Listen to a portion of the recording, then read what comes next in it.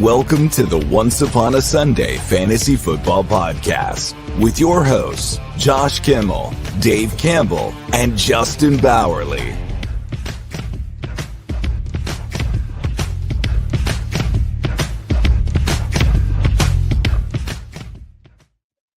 Welcome to Once Upon a Sunday Fantasy Football Podcast. I'm your host, Josh, and we have a special episode for you today. Our episode's about, of course, the Fantasy Showdown, where we bring you two players that you will have on your roster, or you may have on your roster, and we decide if you should sit or start the other person.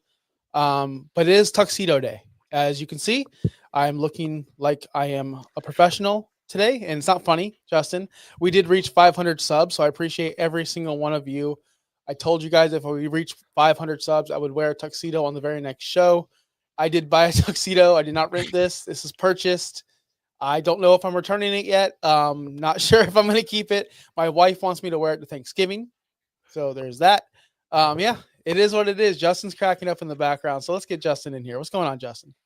Doing great. Doing great. Looks great. Right? Yeah. Look, if I had a camera to show you, I'm wearing. You still have the tag on it? You still have the tag on it, don't you? No, I don't. No, I don't. Where's the tag? Show me. Do this. Do this. Go like this. What's that? What's that right there? Nothing. Listen. Honestly, for $91 on Amazon, this isn't bad. It came with the suit, right? The jacket, which I don't own. This is my first ever blazer I've ever purchased in my life. Came with the vest, right? Like the vest. This shirt did not come with it. This is just a regular shirt. And then I'm actually wearing the slacks.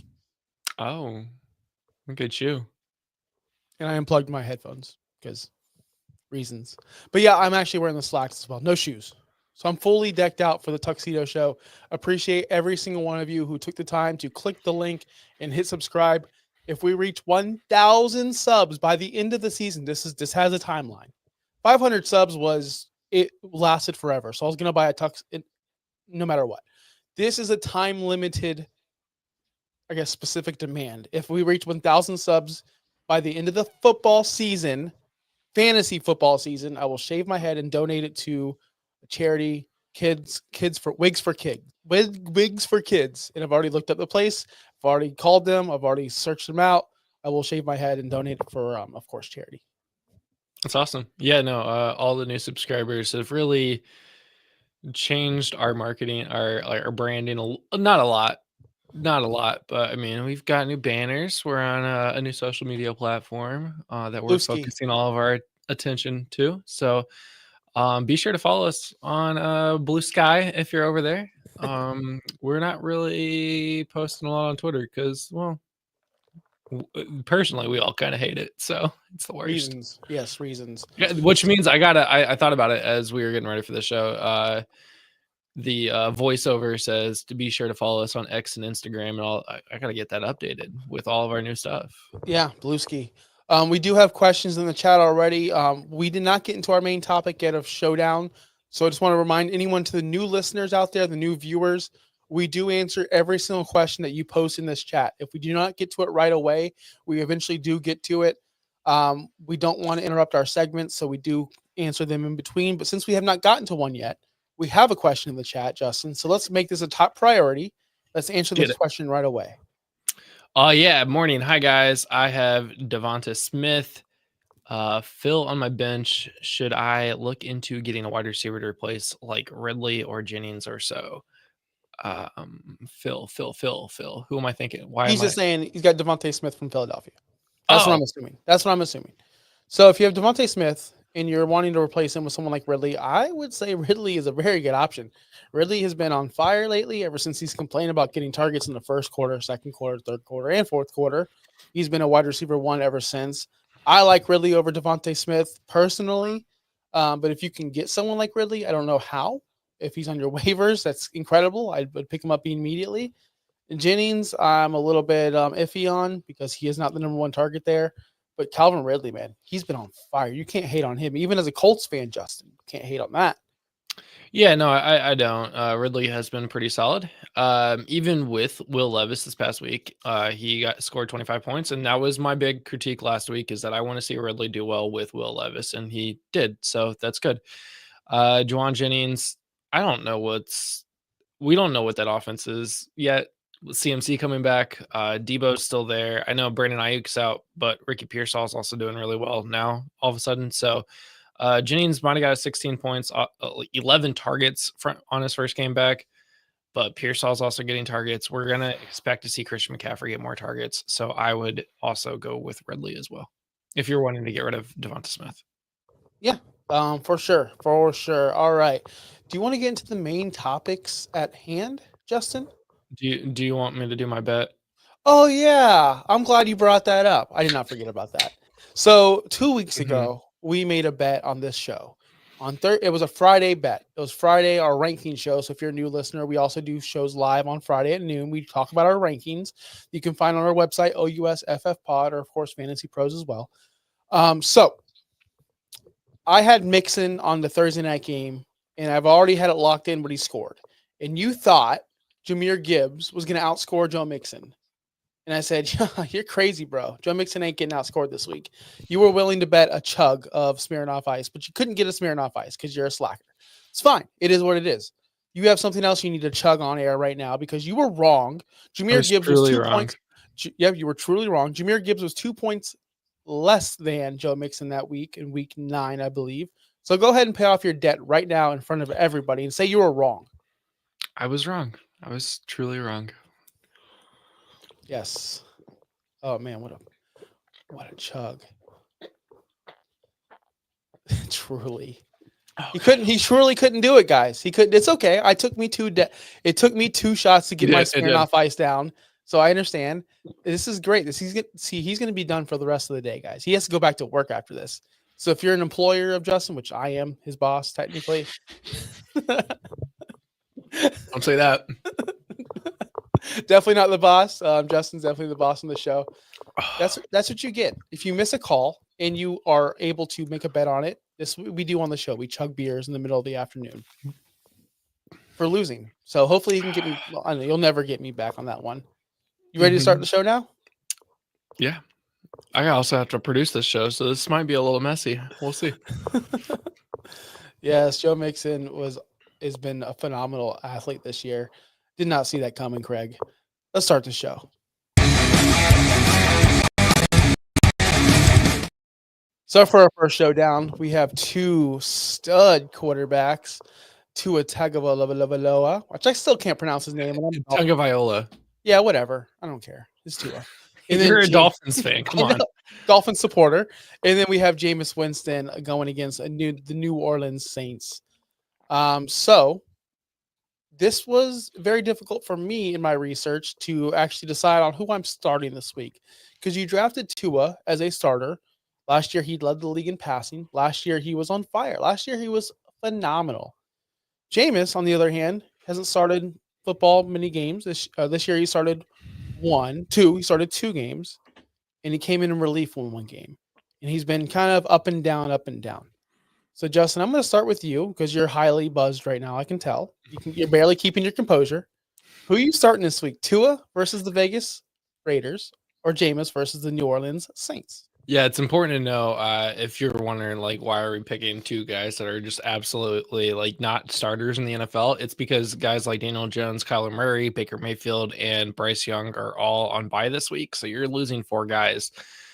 Because of those losses, you're looking at guys that are ranked, 13 and 14 this week in fantasy rankings. So that's why you have this kind of a matchup. Now, without stalling anymore, Jameis Winston, we know who he is. He's going to throw the ball 40 plus times a game. Whether he gets interceptions or not, he's going to still do that. Even with throwing 3 interceptions, he still put up 13 points in week 9 against the Chargers. Who else is putting up double-digit points while throwing 3 interceptions in a game? That's great. Other than Jared Goff probably throwing 5 interceptions. Did he score? Yeah, he got 12 points. Tua, I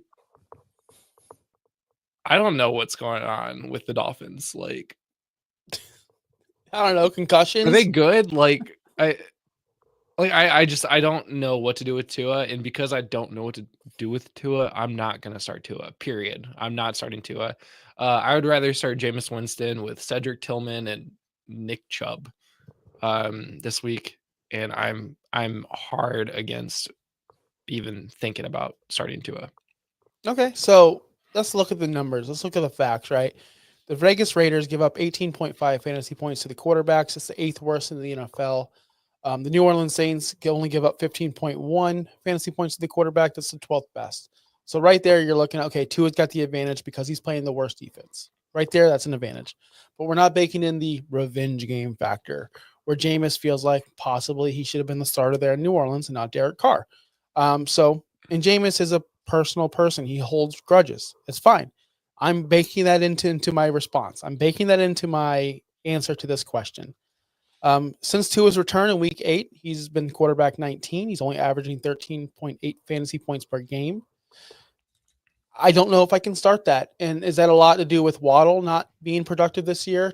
Tyreek Hill has been a shell of himself. Tyreek Hill is only averaging 11.1 fantasy points per game. He's a wide receiver 30 right now. Last year at this point, he was a wide receiver 1 and averaged 24.9 points per game. Let that bake in. Last year at this time, Tyreek was the best player in the world. And now he's been reduced to this due to injury. Tyler Huntley, Skylar Thompson, you name it. Miami's had problems this year. The air yards for Tua has been down. He was at 7.6 last year. He's at 5.8 air yards per attempt. That's a problem. That's also a Tyreek problem. Last year, Tua was completing 50% of his passes over 20 yards. This year, it's only 38.5. Like, everything is down. Everything has been trending down for the Miami Dolphins and Tua. And you could say injuries, you can say concussions. He missed those games. These are games that he's actually played, and it's still going down. Weeks 11 through 17 last season, I know I'm referencing a lot of last season, but the Dolphins are a trendy team. They actually follow their trends very well. We all know when the weather turns cold, the Dolphins go away. Happens every single year. Last year, weeks 11 through 17, Tua was the quarterback 17, 14.6 fantasy points per game. Weeks 1 through 10, he was the quarterback 10, 19.2 fantasy points per game. This is real, people. Tua, this is more of a Tua problem than a Jameis problem or a Jameis non-problem. I'm not starting Tua in any situation. He did lead the league in passing last year, but he did fumble after week 11, as I just mentioned. What's to say this is going to happen again? Yes, he's playing the worst defense or one of the worst defenses in the league in the Las Vegas Raiders, but I still don't trust Tua. I still don't trust that offense until they can prove me that they can do anything other than do a 2-yard dump down to Achane. I'm completely out on this offense. Jalen Waddle's been an underachiever. Tyreek Hill's been a shell of himself. And Tua has just been back to the old average Tua that we saw before last season. With that being said, I'm going Jameis Winston just on a hunch that he's going to sling the ball more than Tua. Just on a hunch that he's going to score more fantasy points because you said it yourself. Jameis can throw 3 interceptions and pick himself back up and throw 3 touchdowns. Tua can turn the ball over 3 times, and that guy's confident shot, and he's done. I'm going Jameis just for fun. And just because the stats don't lie, Tua's trash after week 11 or after week 10.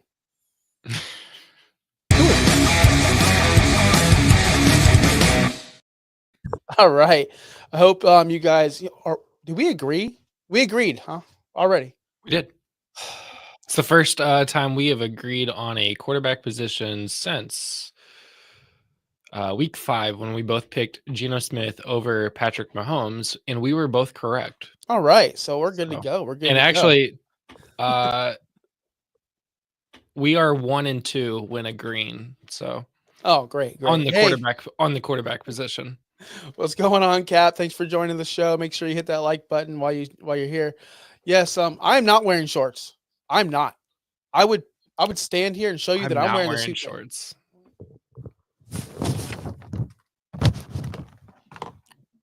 This is happening. Hold on. See that? Oh. I hope he falls. See that?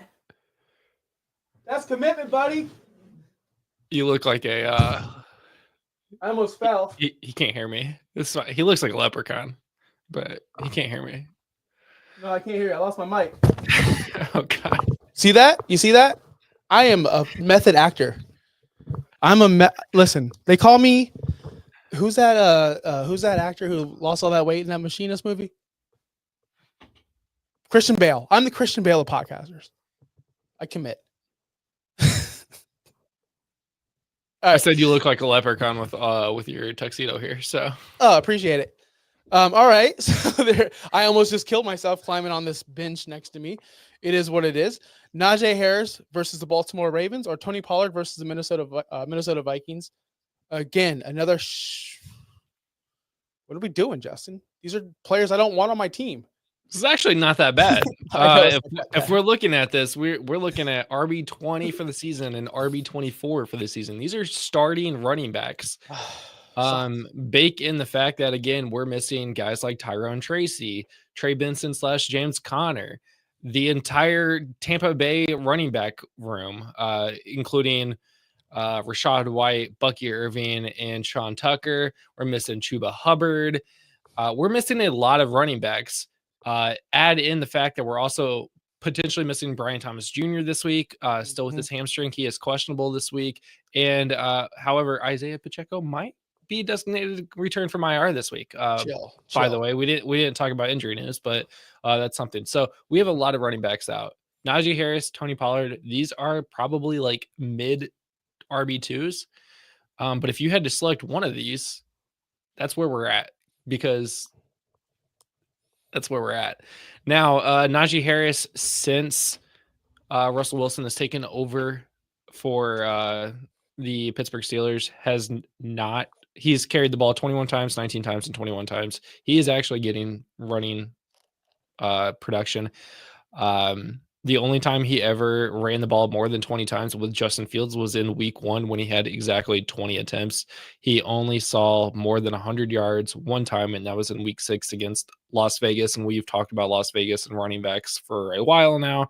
Everybody has a good game against Las Vegas when you are a running back.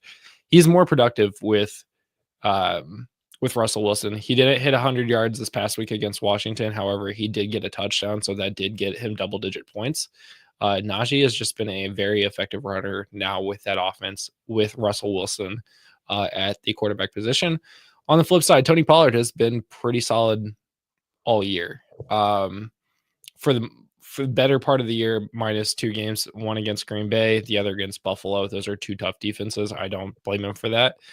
Minnesota just got ran all over a few weeks ago with Jonathan Taylor. They struggled against the Jaguars. I could see this being a game where Tony Pollard also runs all over them as well. But I know you have more of the stats. What do you have, Josh? I picked first last time. Don't put this on me, bro. I don't have no time. Listen. This is one of the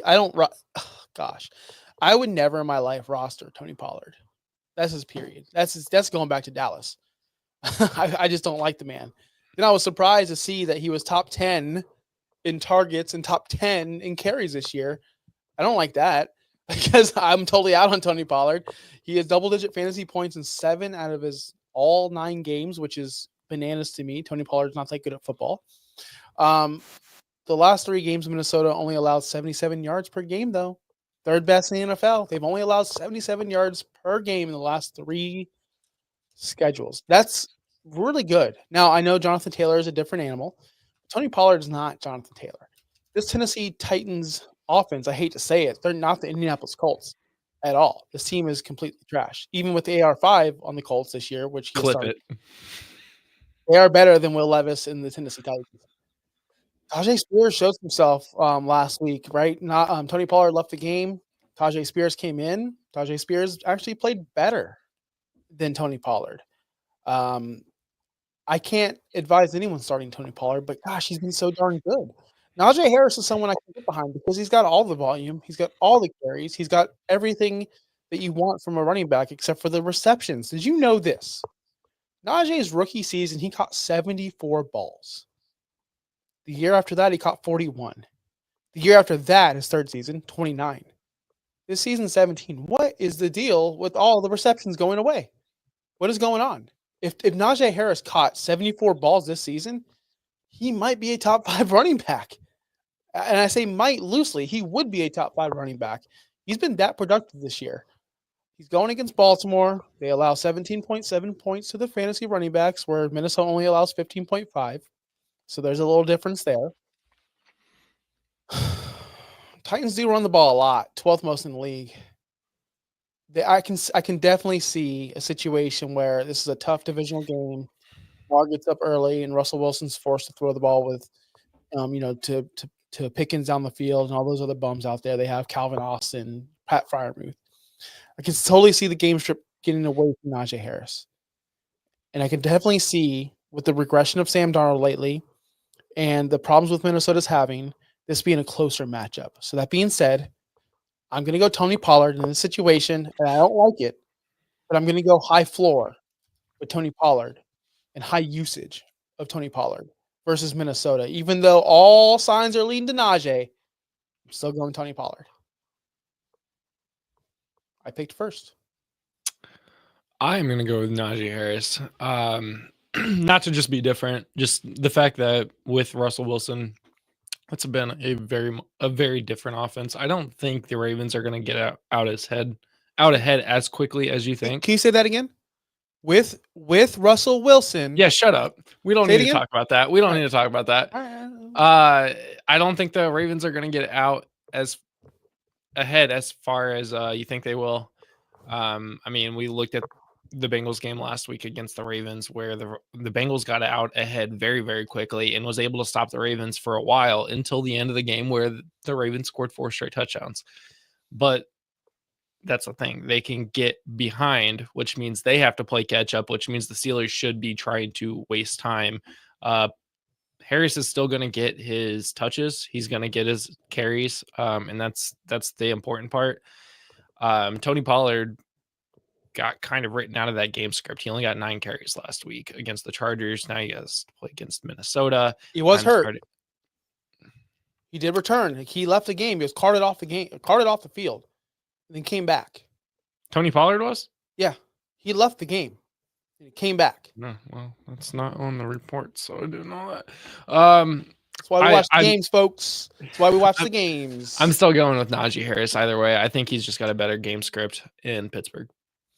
Yeah, that's fair. All right. We're going to answer some questions real quick before to the next segment. Cap, yeah, I already spoke about this. Just Darnold's progressing. Darnold is going down. It is time to jump off that ship, I believe. I think it's time to hitch your boat to another. I can't think of anything to say, anything clever. But yeah, find a new quarterback. If AR5 is on your – never mind. If AR5 was dropped – I already seen people pick him up today, and I'm kind of just smirking as I say that because I don't trust myself saying that because I don't believe in it. But I would still start Darnold over AR5. I'm trying to think. Would you start Jameis Winston over Darnold? Yeah. See, I guess it's tough, but yeah. Yeah, honestly. I would sure Bo Nix. I'm sure if he's still out there, I would start Bo Nix over Sam Darnold.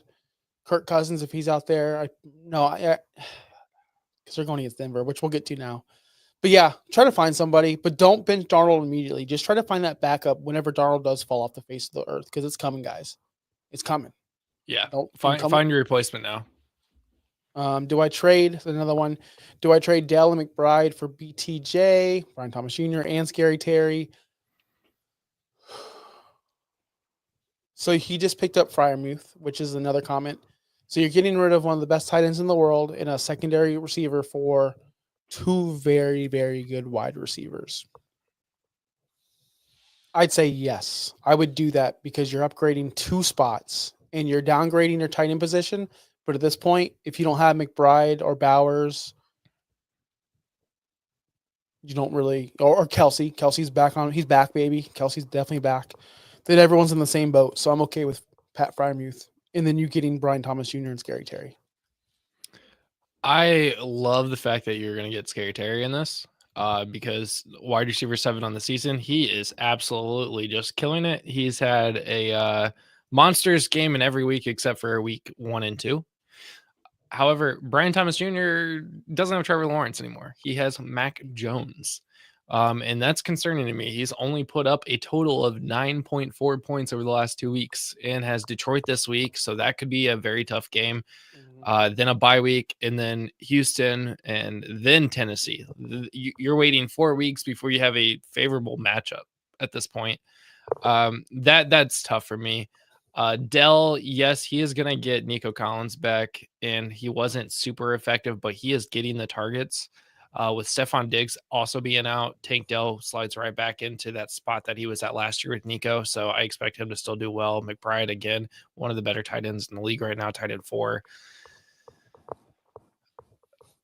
But Terry McLaurin's better than Tank Dell if you got Pat Freiermuth, you've replaced Trey McBride. So I would take it and just hope that Brian Thomas Jr. still plays well, even with Mac Jones. I agree 1,000%. All right, next segment, please.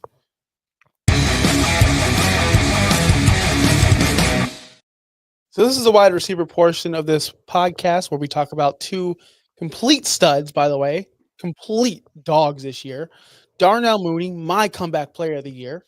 He's getting my vote for sure. There's no one else that can compare to Darnell Mooney in his Undertaker-like rise this season as he just become a top 10 wide receiver out of nowhere. This is what happens when you get out of the Justin Fields business. You become good again. Except unless you're DJ Moore. Yes. So honestly, Darnell Mooney is honestly who we thought Kyle Pitts was going to be. Like, oh, finally Kyle Pitts as a quarterback. No, it should have been, oh, Darnell Mooney finally as a quarterback, because Darnell Mooney showed that he's really good 2-3 years ago before Justin Fields. And then we have Courtland Sutton, who we thought would be a downgrade this season because of Bo Nix, which has been the total opposite. Courtland Sutton's been boosted up this season. So this is 2 guys that you probably did. Well, you drafted Sutton. Everyone drafted Sutton. Nobody drafted Mooney.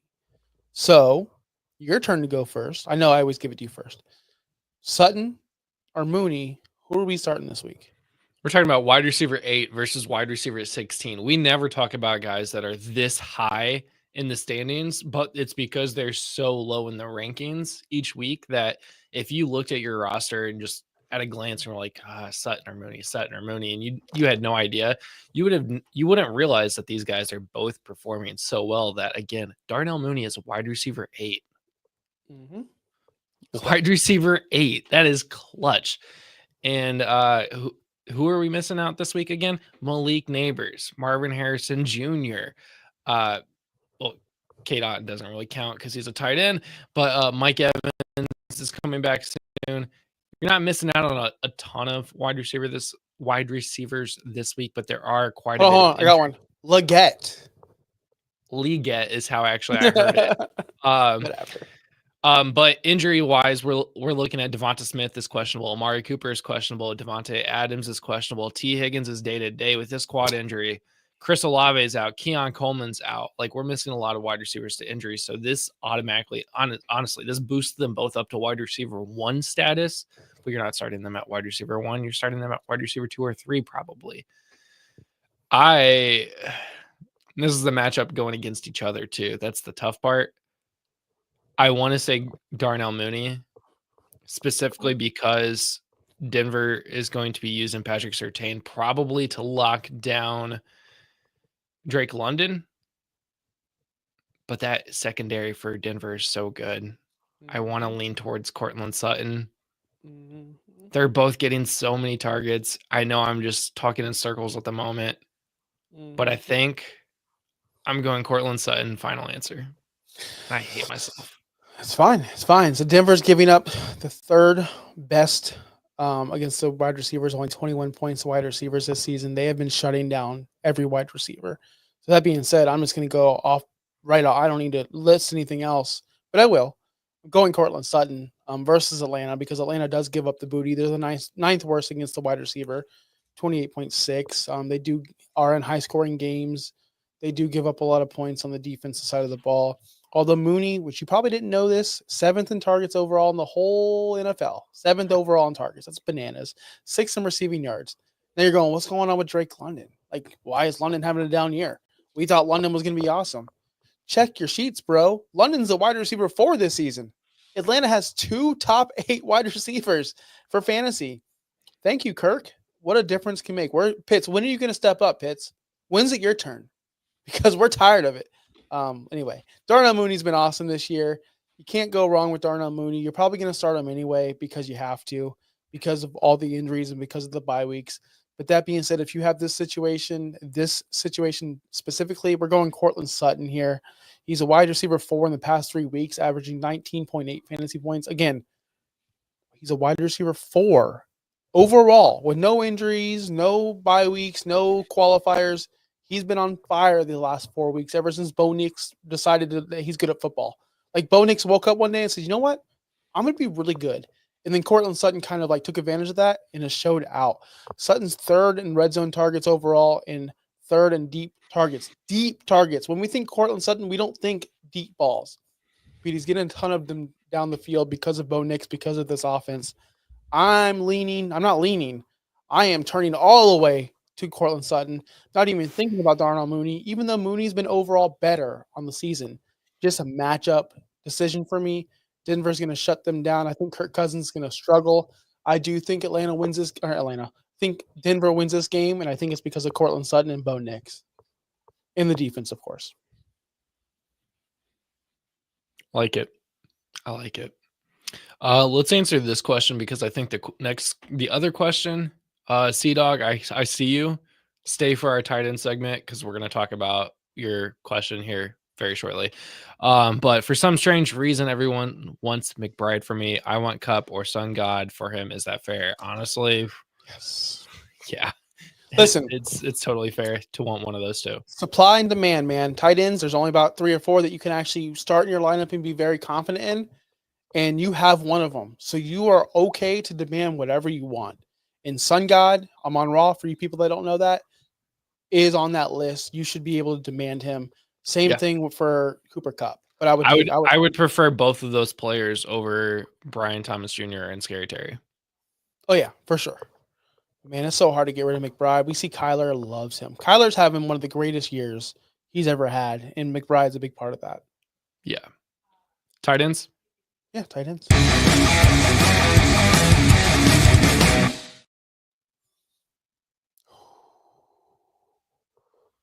I hate this.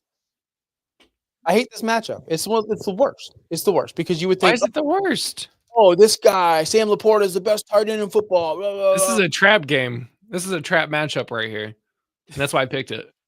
Okay. Well, if the reason, explain to me why you picked it. You go ahead and open this one up. Because at 10 p.m. last night when I was going, oh, crap, we have a show tomorrow, and I didn't get the start sits to our analytics department and Josh early in the week like I normally do, I had a quick panic and go, oh, these are 2 guys. You probably drafted Sam LaPorta high. You probably drafted Mark Andrews late to say, I'll wait for him to come back, and then he came back early, and then he just sucked, and you dropped him, so somebody else picked him up. Josh dropped Mark Andrews in a lot of leagues. And I dropped Sam LaPorta. I dropped both of these players. In multiple leagues. So Mark Andrews has been solid this year. Tight end 8. If you look at every week except for week 3 and 4, he sucked weeks 3 and 4. We buried him after week 4. And then he's just been back to Mark Andrews. He's back. What? Sam LaPorta, however, is still very touchdown dependent. He has still yet to score more than 10 points if he doesn't score a touchdown. Mix that in with a shoulder injury, making him day-to-day this week. I don't like that. Even against the Jaguars, I'm going with Mark Andrews because that is the surefire, safe guy for Lamar Jackson. It always has been, and he's just going to produce better. Whether he gets touchdowns or not, he's still producing. So, do you want me to? And he's gotten. I'm sorry, he's gotten 5 touchdowns over the last 5 weeks. So. Do you just want me to debunk your whole touchdown scenario, which you're lying? You're completely. You're pulling a. I'm not going to Sam LaPorta. No, Andrews. Well, both actually. You told to the American people out here and internationally if we have. Okay, yeah, Andrews doesn't have 10 points, but he has a 9.5 point game. He has a 9.1 game. It's almost 10 points. Sam LaPorta is not even close to 10 points. You just lied to the American people, which is fine. It's fine. It is what it is. So Mark Andrews has played in 10 games this season, right? He scored a touchdown in 4 of them. 4 touchdowns. Mm-hmm. He scored no touchdowns in the remaining 6. So 1, 2, 3, 4, 5. So yeah, confirmed 6. Okay. So in those 6 games where he did not score a touchdown, he scored 26.6 total points overall. If he does not score a touchdown, which you just said if he doesn't need touchdowns to be you said that. You said he does not need touchdowns. Yeah. When he does not score a touchdown in the game, he's averaging 4.4 fantasy points per game. What are you talking about? It doesn't meet my agenda, Josh. Last week he scored a touchdown. He scored 18 points. Cool. The week before that against Denver, he scored 0 touchdowns. He scored you 4.6. Not cool. 3 weeks in a row, weeks 6 through 8, he scored a touchdown. One game, he scored 2 touchdowns. He was phenomenal. Weeks 1 through 5, 0 touchdowns. Complete trash. You can't tell me he's not touchdown dependent just like Sam LaPorta is. You cannot tell me that. You can't, because they both are. Both of them are 1,000% touchdown dependent. So you can't go off that statistic. When I was looking at the statistic, I was looking straight at Sam LaPorta. I was like, oh, look, he sucks. And then I go over to Mark Andrews. I'm like, oh, crap. He also is touchdown dependent. But I'm still taking Mark Andrews. Did you not think I was going to call that out? Did you not think, I'm going to get one over on Josh. I'm going to get one over on this freaking guy today. Look, I'm feeling it today. Yeah, you got that truly in you, and you're like, oh, white girl crazy now. The bottom line is both of these guys have been underwhelming, but both have been picking it up ever since later on in the season. LaPorta a little bit less than Mark Andrews, of course, because there's so many other options out there. We don't need to go through them, but Montgomery, Gibbs, Sun God, right? They have way more options, in my opinion, than Baltimore has. Baltimore has Zay Flowers, Mark Andrews, and of course, Derrick Henry is the best running back in the world right now. Who's not a pass-catching running back. He's not a pass-catching running back. He doesn't get those receptions. And to clarify, the people in the chat criticizing me for dropping both these guys, they were not 10-team leagues. They were 12-team leagues. And I had the Superman, ultra awesome, greatest tight end in the world, Kate Otten, behind him on my bench. I'm starting Kate Otten over both of these clowns, first off, every single week. I still am. So that's why I dropped these guys. Because they weren't producing. Too, and you were like, Kate Otten's a bum. You should yeah. Things change, ebb and flows, right? You gotta see water. Yeah, things do change. And things have changed for Mark Andrews to get it back to this, to get it back to Mark Andrews. Mark Andrews is only getting a 13% target share. Like, that's not great for an offense that scores a lot of points. You want a little bit more from Mark Andrews. On the flip side, Sam LaPorta, same situation. Not getting the targets you want. Definitely not getting the targets you thought he was going to get when you drafted him in the 3rd round. Only 13 target share as well. The point is both of these guys are underperforming. So what do you want to do? Start the guy who's going to score you a touchdown against Pittsburgh, or start the guy who's going to score a touchdown against Jacksonville? That's all you're hoping for here. You're hoping for touchdowns. You're not hoping for yardage. You're not hoping for receptions. He's not a Trey McBride. None of these guys are Trey McBride getting you 8 targets a game with 8 catches, right? That's not going to happen with these guys. So it comes down to, who do you think is going to score a touchdown? Both are high-powered offenses. Both can score multiple touchdowns a game, obviously. And to keep myself distance from you, because I hate Mark Andrews so much, I'm going Sam LaPorta. Just honestly, chat and everyone who's watching, just to distance myself from this man who chugged a Truly on this air. A Truly. Didn't have the decency to get a Smirnoff Ice. He went out and got a Truly because that's exactly who he is. Not true. I had nothing to say on that one. For the chat, when I have picked Mark Andrews this season on this exact segment, I'm 2-0. So, and Josh is 0-2. So yeah. So yeah, you know what? I did data and analytics. There's the data. In my guillotine. Hold on. Here's the ironic part about it. If you're in my guillotine league, which a guillotine league is very, very, very competitive, we're down to 8 teams left. Once you're the bottom scoring team in the guillotine league, you get cut. You're out of the league. All your players go to waivers. We are on the Elite 8. I'm in the final 8. I have Kate Otten. I had Sam LaPorta. I drafted Sam LaPorta. I dropped said Sam LaPorta and been starting Kate Otten for the past 3 weeks. Kate Otten's on a bye week now. You want to hear the ironic thing? Your boy had to put in a waiver claim on Mark Andrews this morning, and I won Mark Andrews for $5. So now I'm forced to start Mark Andrews in my guillotine league matchup, which is my most important league by far by any measure of analytics. My favorite league. So I'm relying on Mark Andrews this week. So I'm reverse jinxing myself. That's what I'm doing. He's going to suck, and I'm going to be knocked out. Thanks, Mark. Let's answer some questions. Yeah, let's go back to the top where we were talking about Sam LaPorta. It is right there.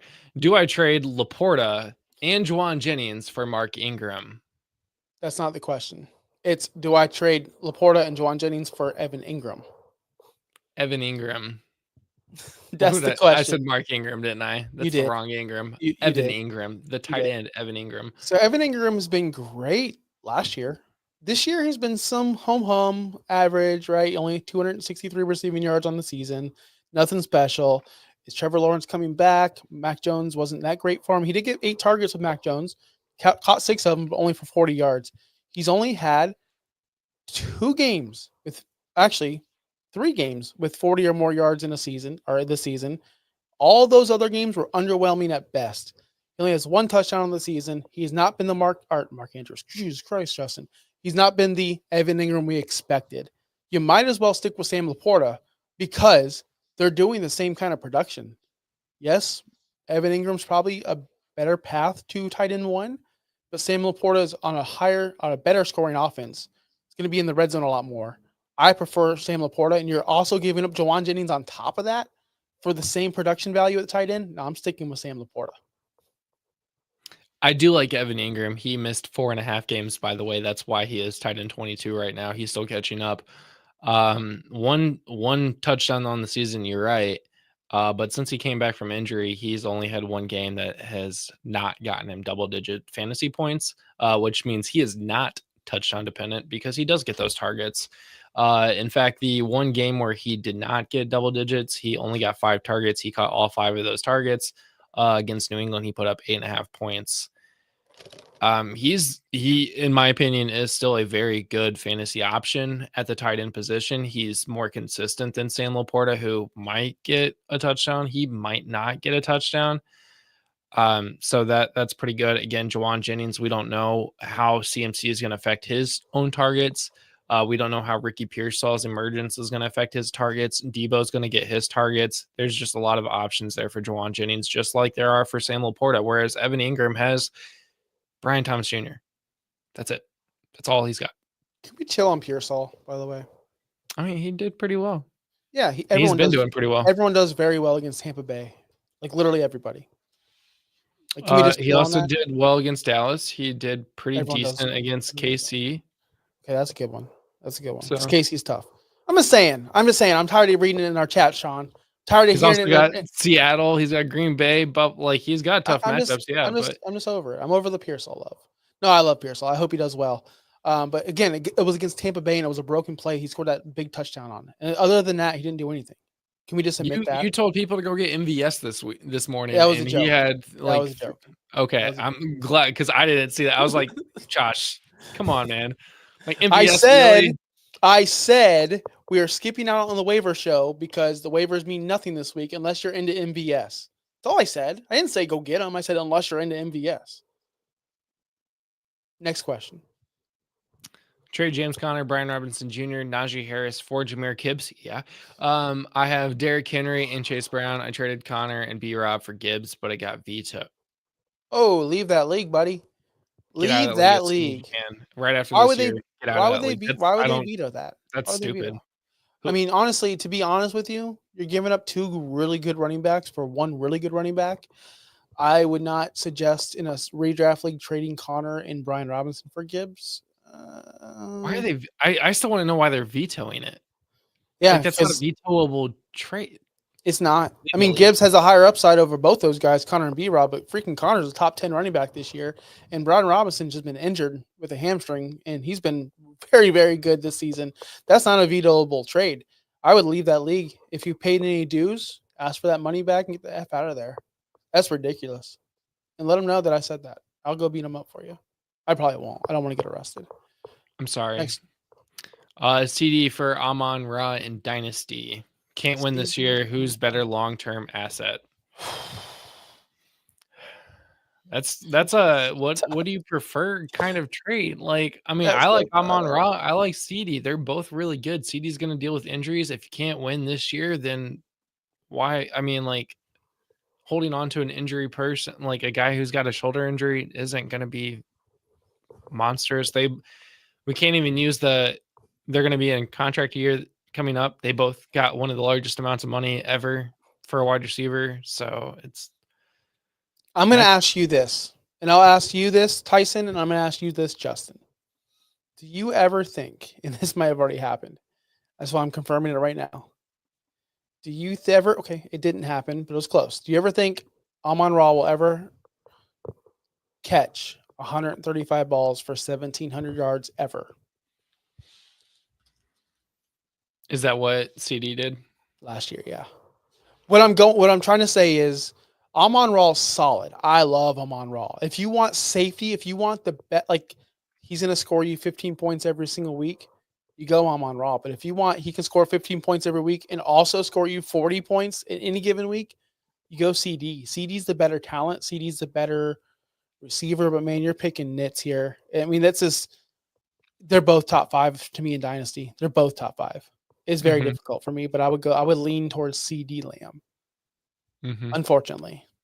Not unfortunately. I love CD.